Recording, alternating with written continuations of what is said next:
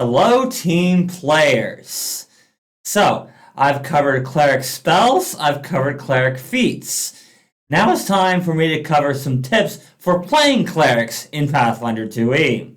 Number 1, Divine Fonts. So spellcasters in Pathfinder 2e do not get many leveled spells per day, and clerics are no exception to this rule. However, if you think that means that you should prepare nothing but heal spells, you're dead wrong. Unlike other spellcasters, clerics get access to extra spell slots for heal or harm spells only, and clerics have some great support spells up their sleeve. Bless, Fear, and Agonizing Despair are all great low-level options for spells. And of course, the spells that I covered earlier. These are going to help the party a lot more than simply just healing them or some random extra damage. And then if you need some extra damage or to heal the party, you just use the spell slots from Divine Fonts. Number 2, Charisma. So clerics no longer need Charisma for their Divine Fonts. They just get what they would get with high Charisma before. This makes clerics way less attribute boost dependent. However, that doesn't mean that Charisma is useless for clerics. You might still want some decent Charisma for something like Intimidation, Deception, or even Diplomacy. And if you want to archetype into something like Champion, Charisma is going to be essential. You shouldn't discount Charisma for your character, even if you don't need it for Divine Font anymore. But Wisdom is going to be more important no matter what level you're at now. Especially if you're using spells that use spell attack rolls or saving throws. Number 3, Offense. So most clerics probably are going to want to focus on supports, and of course healing their allies. However, that does not mean that clerics aren't good at attacking, especially with the remaster.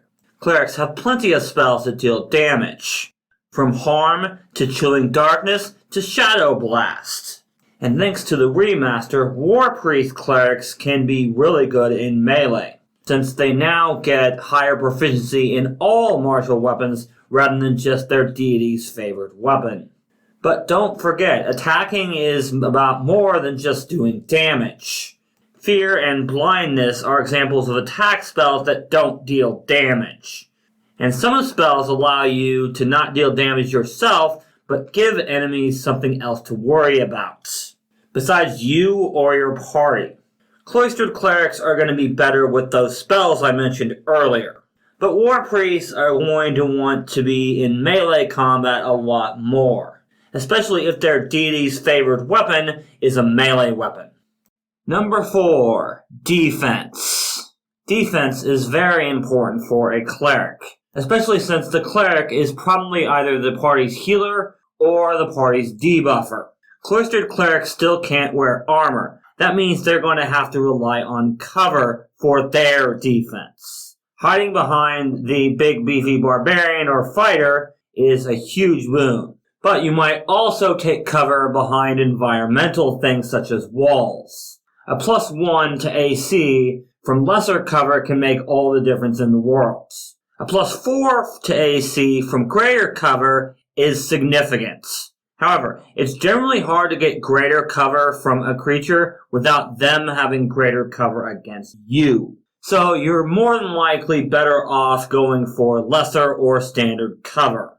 But War Priest clerics no longer need cover, especially once they hit level 2 and can take War Priest's armor, allowing them to wear heavy armor rather than just medium armor. This doesn't make them as good of tanks as champions are, but it does make them significantly better at being in melee combat.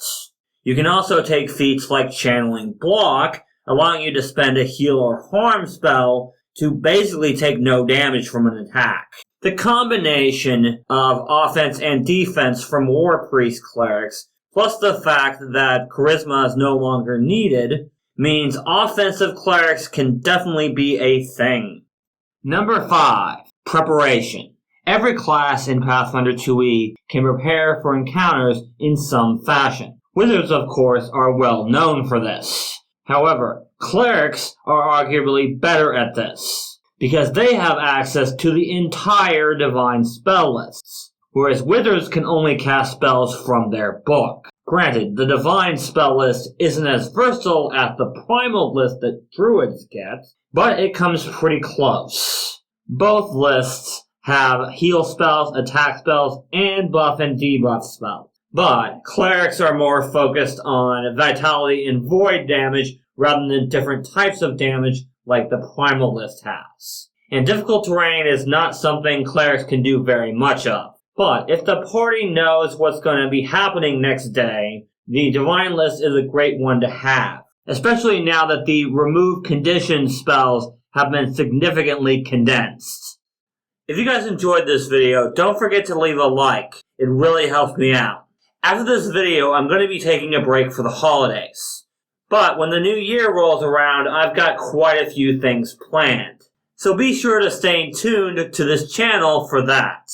But if you guys are more interested in spells or feats for Pathfinder 2e clerics, you can check out these videos here.